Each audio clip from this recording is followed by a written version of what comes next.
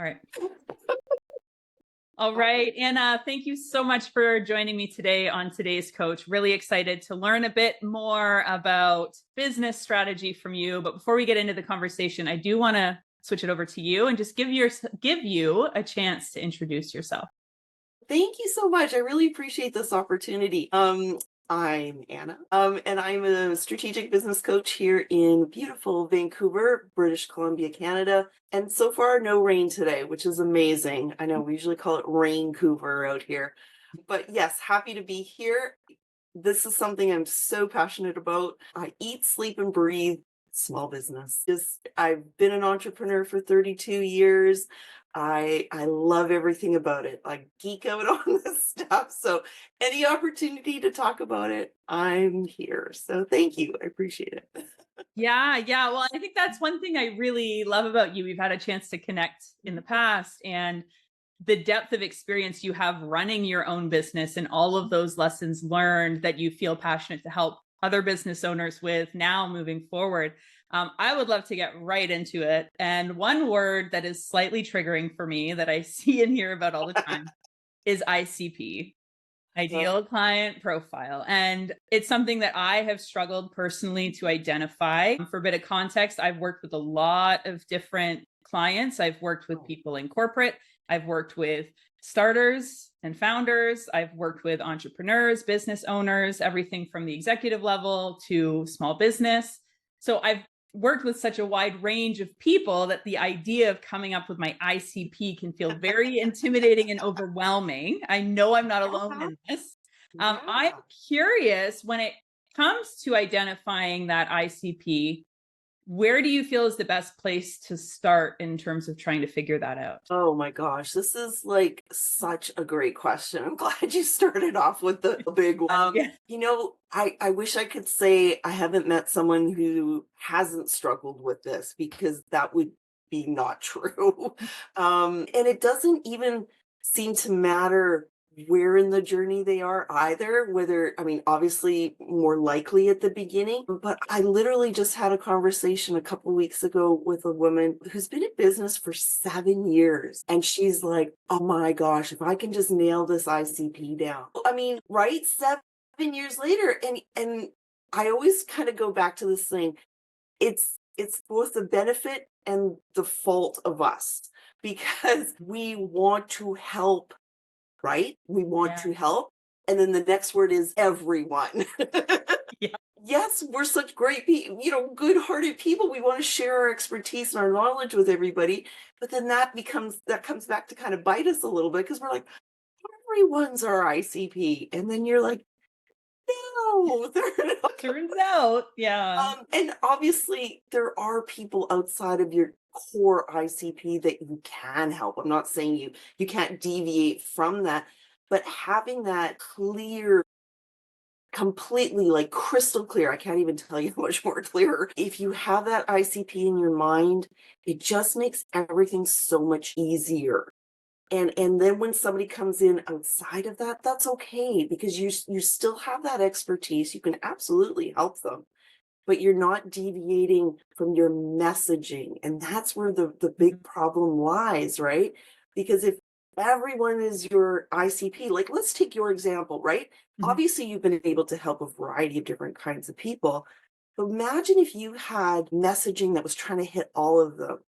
Who would you Mhm. end up hitting? No one, right? Because then the CEO exec person's like, well, she's talking about small business people. I don't even relate to that, or vice versa, or you know what I'm saying? So when we start looking at who our ICP is, we want to picture a singular person. And I don't usually get that nichey, and we'll move out from there. But Mhm. if you imagined a singular person, and for me, that's always been this person, right? Because Same. Yeah. I've always said, if I could have had me at the beginning, like I would have shaved off years of turmoil and challenges, and beating my head against a brick wall and all that kind of stuff. Yeah. So that makes it a lot easier. And believe it or not, for many of us, we are our ICP, because we were in that position before, gained that knowledge and expertise, and now we're moving it forward to that same kind of person, Yeah, right? yeah. So when you have a good visual of who that might have been a client that you helped out in the early years or something like that, if you're in a coaching space or something. And I would say, pick that favorite client of yours. Who was that person? And that's typically going to be that person that we connected the most with, that embodies who we want to help the most, right? Yeah, So yeah. it's critical. It's that absolutely critical first step that we have to take. And unfortunately, for some, they don't get that first part. And that's where a lot of that struggle comes in the weeks, months, years down the road, right? Yeah. Yeah. So That's did that it's such a even good. answer your question? Yeah, totally, totally. I think that Okay, starting with your ideal client, which could be a younger version of yourself, or like you absolutely. said, that ideal client that really resonated with you, that you were able to help in a meaningful way. I think it's interesting, right? Because many of us, especially in coaching, we get into it because we're so passionate about helping people, right? And you're right, though, as you're talking about when you're trying to cater to everybody, I think the biggest challenge is the messaging can stay very generic, Too right? generic. And out there, it's like, oh, everybody wants to feel valued and seen and heard. That's great. But Exactly. there is tremendous value to taking it that layer deeper and making it more relatable to a specific. And by doing that, then you can help them in a more meaningful way, right? But I think Absolutely. Yeah. and what you said about messaging, because I think that is a challenge for many entrepreneurs, business What's owners the next too. one? Yeah. Yeah. ICP and messaging. How do I speak to the person I want to help? Yeah. Right? And Yeah. how can you decide what to say to them if you don't even know who they are? Yeah. Right? So those two things go hand in hand. And I'm sure you've seen, the generic posts, like for example, on LinkedIn, right? Well, who's that going to resonate with? And I know someone I follow mentioned it in a really kind of cheeky way a little bit, but she's like, if your content and messaging is Googleable, then what sets you apart, right? And a Yeah. really easy way to clarify that messaging is to draw from your own personal experiences. So my personal experiences are going to be vastly different than your personal experiences or Mm. another business coach or consultant or what have you. Yeah. That's what helps to set you apart, right? So Yeah. knowing who you're talking to and having the right messaging that comes from within you in your experiences, Mhm. now you've got a powerful combination. Yeah. It's interesting you say that because I do find myself looking for more and more storytelling Oh, yeah. online because that's where the person comes through, right? Because you're right. There's Absolutely. such an inundation with AI generated content or the Oh, same gosh. concepts spewed out in a different way. And I find myself averse to kind of going there, right? I think that human to human connection is still something that many of us are drawn Oh, into. I don't see that changing. I really don't. I Yeah. mean, I use AI for generating thoughts or formats or Yep. outlines or stuff. I mean, many of us do. And that's great because that saves me the time of creating those processes, right? But that's my content going in there. Those are my experiences, my expertise, my knowledge, all of that. And that's the difference. Those are my stories that I'm telling. I'm not making those up. The AI is not creating those for me. Those are my Yeah. stories. I've got receipts for those, you know? That's the Yeah. difference, right? And I think of it too as, how do we like to learn? How do you like to learn? I love hearing stories, right? That's why we love movies. Movies are stories. Is there a hidden message in there? Well, yeah, for well, most of them, but it's enveloped in a story. It's someone's story, and so Yeah. that resonates with us. And now Yeah. you become empathetic to that hero in that story, don't you? Yeah. Right? Yeah. It's the So, relatability, right? It's what we see of ourselves in the story. And it's also the natural curiosity of the mind. Like if I oh, begin a story or if totally. there's a cliffhanger, it's like I need to know what happens. So I'm going to see this thing through. Yeah. Exactly. Now imagine reading that kind of content. I'm going to say LinkedIn. That's my default, right? So Yeah. imagine reading that kind of content. That would suck you in. You'd be like, yeah, I want to know Yeah. more about this person. And Yeah. especially if it was something that you went, "Oh, wait a minute, I've had those same struggles. Yeah. Maybe that person can help me because they've they're those few steps ahead of me, right? Yeah, yeah. That's huge. Totally. Yeah, big And you time. see now the difference between that and here are 8 things you can do to be Yeah. a better business owner. Come on, nobody wants Yeah. to read that, right? Yeah, yeah. I just think our capacity on taking that step in taps out pretty quickly, right? It does because there's so much of it. Yes. And if I wanted 8 steps on becoming a better business owner, I will probably ask ChatGPT for that, Yeah, right? yeah. Yeah, yeah. It's just info. It's Yeah. just stats or whatever, right? So Yeah, yeah. there's no Totally. story there. There's nothing to compel me to invest my time. That's really what you're asking. You're asking people to invest their time in you. Mm. That's a big ask. How do you make that a worthwhile investment? Right. I think so. Another question, because I mean, you alluded to it earlier in terms of the years of turmoil and wishing that you had yourself when you were younger. I think it's a reality for many business owners and entrepreneurs, right? A little bit at the start of like, I can do this on my own type Sure. attitude It's and not learning hard. through trial and error. But I'm curious in your work, again, because I think it's informative for all of us to know, what would you say are one or two of the most common mistakes that you see people make out of the gates when they start? Yeah. And I'm only limited to 2. Yeah, only No, two. I'm just kidding. I know, right? And I say this lovingly because I've made all of them, so it's Yeah, it's not a judgment, believe yeah. me. Honestly, I think the lack of clarity, and that I use the word clarity in any of my posts, I capitalize it because it is that important. And clarity literally can cover so many different things. Again, back to the ICP, knowing who you serve, how to message them, clarity in what you offer. That is a big one. Mhm. So I just did a post yesterday. I was really excited a couple months ago. I had a new client and she had 7 offers. See, these are 7 completely different things that she offers her audience or future clients, right? And she's just starting out. And I was like, wow, that's a lot of stuff, way too much. And that's a common thing because we want to help everybody. And Yeah. I've got all these ways that I can help you. Mhm. It's too much. So we don't have the clarity of all the, the ICP, the messaging, that, but also the clarity in what we offer. Those are the 2 really big things. So what we do is we fly out of the gate, we offer everything under the sun to absolutely everybody. And then you end up with 0. And that's when you get discouraged. You get Mhm. frustrated. You lose interest because you're like, that's it. Nobody wants me. Nobody, you start getting down on yourself. You don't put in those processes, those strategies, those roadmaps to get you flowing again. And that's when people give up, Yeah. And it unfortunately. happens a A lot. lot. So you see how important clarity is Mhm. at the very beginning.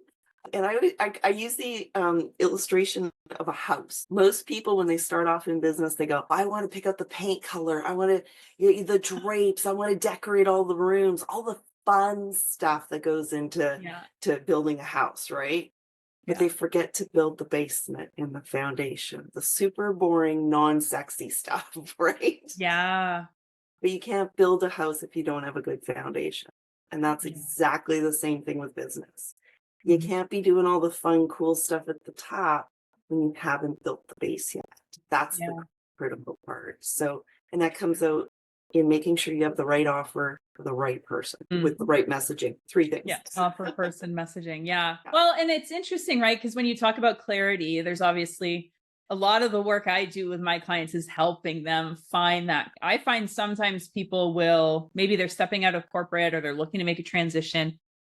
They're making that transition based on what they don't want anymore, right? Like they've just Oh, reached yeah. a point of like, nope, can't do it, don't want it.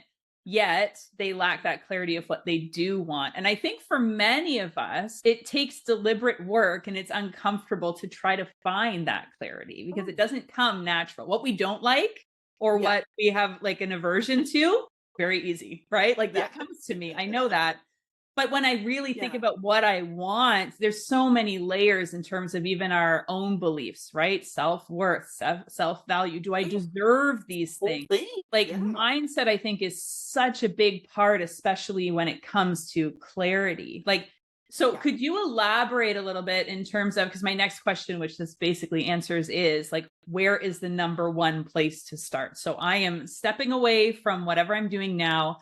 I am Yeah. jazzed about it, starting this new thing. When it Yeah. comes to that clarity, what is the best first step to take? I would honestly start with the ICP. I just really feel strongly that that is a great jumping off point that goes out to all the other things. Imagine messaging. Well, your messaging depends on your ICP, right? Mhm. Your offers. Well, that kind of depends on who you're talking to, right? So all these pieces start with that ICP. And I think that's the biggest challenge, because if you don't nail that down and you go with the, oh, I help everyone, watered down messaging, way too many offers, crazy, opportunities that don't really align to what you're supposed to be doing with the right person. It kind of starts right there at ICP. I really think that that's critical. Did I do that? No. Mm. That's how I know. So Because where did you start? oh, well, gosh, literally in my first company, my husband and I, which we still own 29 years later, is a packaging company. So we do retail packaging for businesses and organizations. And that was really hard because, well, all kinds of businesses need packaging, right? Like everybody needs packaging in a business setting in some capacity. You might need it when you go to a trade show and you're an Yeah. exhibitor and you want to have bags to hand out, or you're a retail store selling products, you want to have bags that carry out, or what have you, right? And so we went with, oh, we help everyone. So I Mm. had no real messaging that connected with anybody, Yeah. way too many products. That was a huge thing, i.e. offers, right? We Yeah. had too many products that this category of ICP wanted this stuff, but these people wanted this stuff. Well, you can't carry everything. It's impossible. Mhm. So I would honestly say that probably that was probably a good two years right there of floundering, literally floundering. Yeah. Yeah. And it actually took a customer to give me that aha light bulb moment. So I actually have her to thank for that, because she asked, it's kind of a bit of a story. I'll give you the Coles notes, but we used to sell all of our stuff in full cases, which were either hundreds or thousands, depending on the product. And this was a really nice lady who was doing a local craft fairs, and she did the whole circuit. She did quite a few of them, and she needed some bags for when people purchased their items. But she didn't need hundreds or thousands. She's like, "Can you give me like 20? I just need a Yeah. few." And so she's like, "Well, could you crack open a case and can I just buy a few?" And it was like, I never thought of that. Yeah, for sure. So I cracked it open, sold her the case. So she bought 25. This was a case of 100. She came back 3 weeks, in 3 more weeks, and bought 25 each time, which Mm. added up to 100. But she didn't have the space. She didn't know she was going to need that many. And she didn't want to fork out that much of an investment up at the front without having Yeah. sold the stuff. And so the light bulb moment went on, and I went, hey, I bet you there's a lot of other people who could do this and Mhm. benefit from us selling these in smaller quantities. So fast forward a year, we opened a warehouse store, which is like, there's nothing like that. It's a one of, it's pretty original. And Yeah. we opened a store where you could go in and buy packaging individually. So Wow. sometimes your ICP shows themselves, or the idea of who you can serve, in the Mhm. strangest places. So Yeah. always be listening. That's another tip. I just always tell my clients, always be listening to what your clients are telling you. There's Mhm. a nugget in there somewhere that's just waiting to be developed.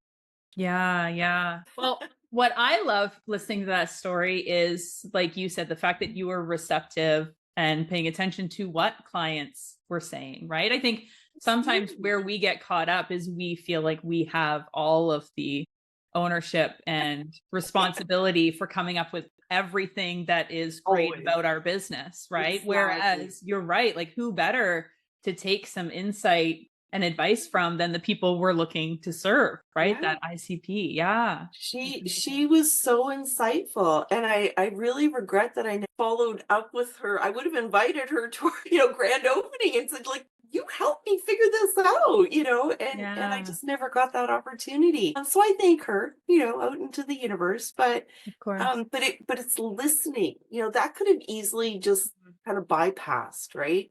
Like that could have been nothing. And Yeah. when that happened, I think of going forward, like really listening because you just never know what that next thing is going to be Mhm. and that next offering. Yeah. Maybe you think that your clients want group coaching, like we talked about earlier, Mhm. but maybe what they're telling you is no, I really want this one on one. That's where I want to be. So it's adjusting and making sure that you've got the right offering for what they need. Yeah.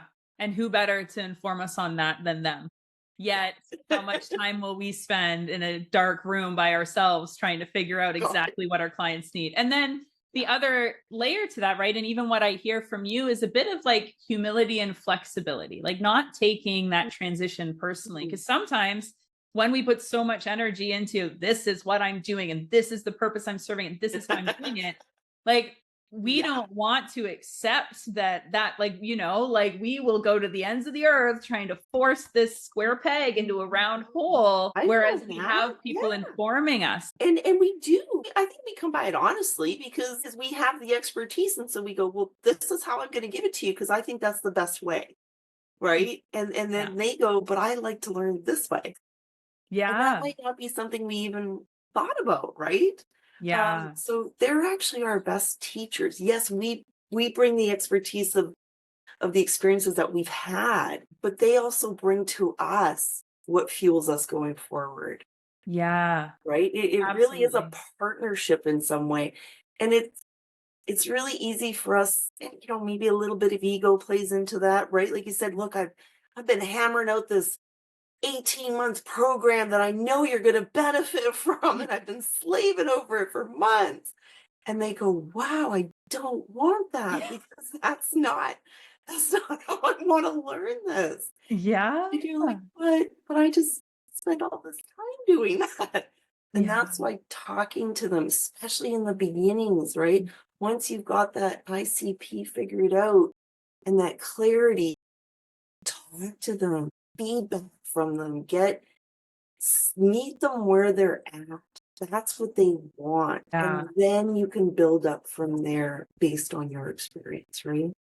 Absolutely. Well, and I think to leverage that, it's the mindset piece, right? Because again, it's like, well, I want to Oof. come up with the solution and bring that to people. What Right. would it Yeah. mean about me for me to have to ask them what they need? Would that take away my from my expertise or my knowledge? Like you said, ego can be at play there. But I mean, We're I have a human. background in like I have a background in adult learning and development, and the Right. conversation is always, like learning is not just about delivery, it's also about retention or absorption, right? Like so if I want to actually teach someone something, but I'm solely focused on my delivery and how I am doing this thing without considering how is it going to be taken in or how is it taken in and landing on the other side, then it's That's not right.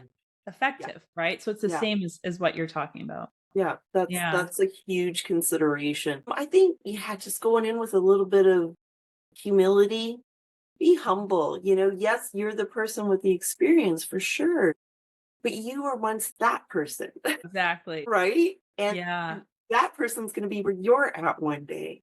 And Yeah. and I like to think of it more as a partnership. Mhm. I'm kind of I got my arm around you and we're like, yeah, we're gonna do this together, as Totally. opposed to that I'm up here and you're down here and I'm, kind of a Mhm. thing, right? Yeah. Walk with them. I think that's a Yeah. really good thing to remember. Yeah. It's so interesting you use that analogy. I love that. I think as a coach, and I've ran some people through a certification, but I'm always talking to the coaches about, like the spotlight isn't on you when you're working with them, it's on Yeah. them. But again, all of our own beliefs having to prove our value, like it's really easy to feel like the spotlight is on you, right? As opposed to For being able sure. to put it on them and lead with curiosity and make them Yeah. the focus. Yeah. I love I that. I took I took a course a couple months or a couple years ago, and it was a facilitation course, Mm. which was really helpful. As I grow and I want to do more public speaking and things like this, podcasts and stuff. I thought it would be really helpful, and I just remember one of the first things he said. He said, don't be the sage on the stage. Just be on the side. Yes, I know you're likely physically on a stage, but don't be that person. Be the one on the side that brings the people together, And I kind of take from that in the same situation. I know I'm bringing one client, but take that step back and kind of go, okay, let's do this as a partnership, right? And I Yeah. think that's when you can really tap into a bit of that humility and humbleness, that yes, you've got that experience, but let's do it together, right? Yeah, yeah. Well, and that plays into the safety and the trust, which are essential to actually Trust be is able to help huge. someone. And Yeah. I love you're hitting on so many points here, right? Trust is a huge factor. You're asking people to invest not only a lot of money potentially, but a lot of time with you. So trust has to be there. That's Mhm. huge. And then mindset. You know, um, I've worked with people that, boy, you're so discouraged and you're so overwhelmed, and you start beating yourself up. And Yeah. you're like, oh my gosh, maybe this isn't for me. Maybe I'm not cut out for this. Maybe I don't have something of value to give. And you're like, my goodness, of course you do. We Mhm. all do in our own way. And you just see that mindset just diminish, Yeah. and that's so huge. And how do you bring all those pieces together, Yeah. to Yeah. to Well, it's grow? interesting. Like I often say that, so I work with quite a few entrepreneurs and again on the Mhm. mindset side. So they'll often work Yeah. with a business coach as well. Yeah. But those things that inevitably come when we're going into new unknown territory, right? Like those limiting beliefs will emerge and they Oh will get in the gosh. driver's seat and again make you steer and drive away from whatever it is you want. So Yeah. sometimes I will say, listen, like the number one client that you always need to sell yourself to is yourself. You ain't buying what you're selling. It's going to be really hard for anyone else to, like, for you to expect anyone else to, right? I almost kind of wonder if and you might have better insight, is you almost need to start with the mindset, don't you? I mean, it's kind of like all these things you have to start with, but Yeah. if you're not in the right space yourself, how do you move forward? Yeah. Well, and I Yeah. think that's it, right? The mindset plays into the clarity. Like every Yeah. interaction I have with a client, we pretty much start with like, where do you want to be? Like, what is the vision for where you're Yeah. looking to be in the various areas of your life?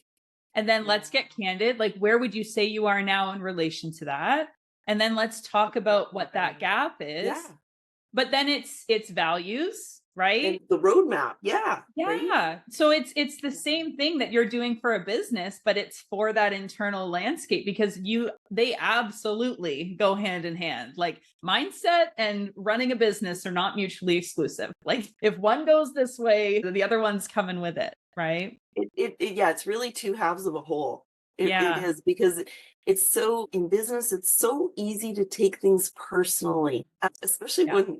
when they're not. But Yeah. you're like, but it's my business, and if it's not flourishing, then that obviously must be reflecting on me in some Yeah. bad way, right? And so that's what I see a lot of, right? Well, Mhm. clearly I suck, and so that's why my business isn't doing well. And you're like, yeah, no, rarely the situation. It's you Yeah. just haven't developed that roadmap on how Yeah. to. You're here and you want to get to here, and there's this huge space in between. I Yeah. love that one visual, and I can't remember if it's I can't remember who what business guru did it, but it's the cartoon, and there's the two cliffs, and there's the big ravine in the middle, and you're on the one side and the destiny is on the other side, but you've got this huge ravine to. I'm like, oh yeah, every day.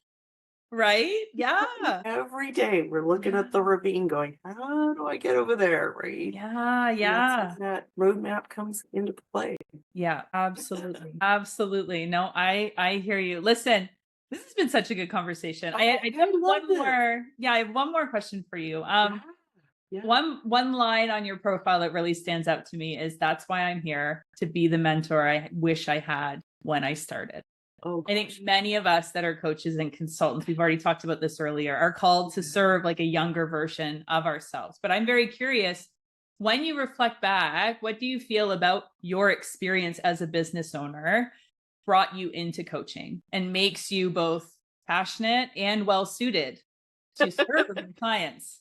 Oh, Not a good. loaded question at all, You but saved the big one for the end. yeah, Awesome. that's it. Man, I when I started my first business 32 years ago, I mean that just there wasn't like nobody had coaches or mentors. Like maybe some CEO of like IBM might have had a mentor or coach or something. I don't even know who that would be, right? Like it just seemed like this crazy thing that wasn't really achievable. And and even business, like there wasn't small business like it is today or solopreneurs. Those weren't things. Well, they might have been anomalies. They just wouldn't have been the norm like it is A today. luxury. Right? Yeah. I mean, it just there were corporations and big things. There weren't little small enterprises and stuff. And I think look at where we are today. Like anybody, literally anybody can become an entrepreneur. You know, that there's no restriction. You can do it from your home. You don't even have to have a building or staff or whatever it is, you know, you don't even have to have a product. You can be the product. And I think there's so much opportunity. There's so much opportunity. And if I can help you because I've been through for all those years of learning and trying and screwing up and trying again and just all of that stuff. If I can take any of that and help you today, that can literally take you from zero to entrepreneur in a matter of weeks or months instead of years. Yeah. And maybe it's paying it forward. I don't know. You know, maybe that if I can help you, then I think that's all I could ever ask for. I think that's kind of what motivates me. That's what drives me forward. Yeah. That's beautiful. That's beautiful. Thank Well, you. listen, I lied when I said that was the last question because Oh I mean, gosh.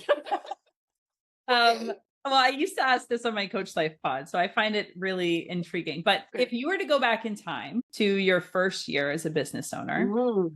and tell yourself one thing, knowing what you know now, what would it be and why? Man, get clear.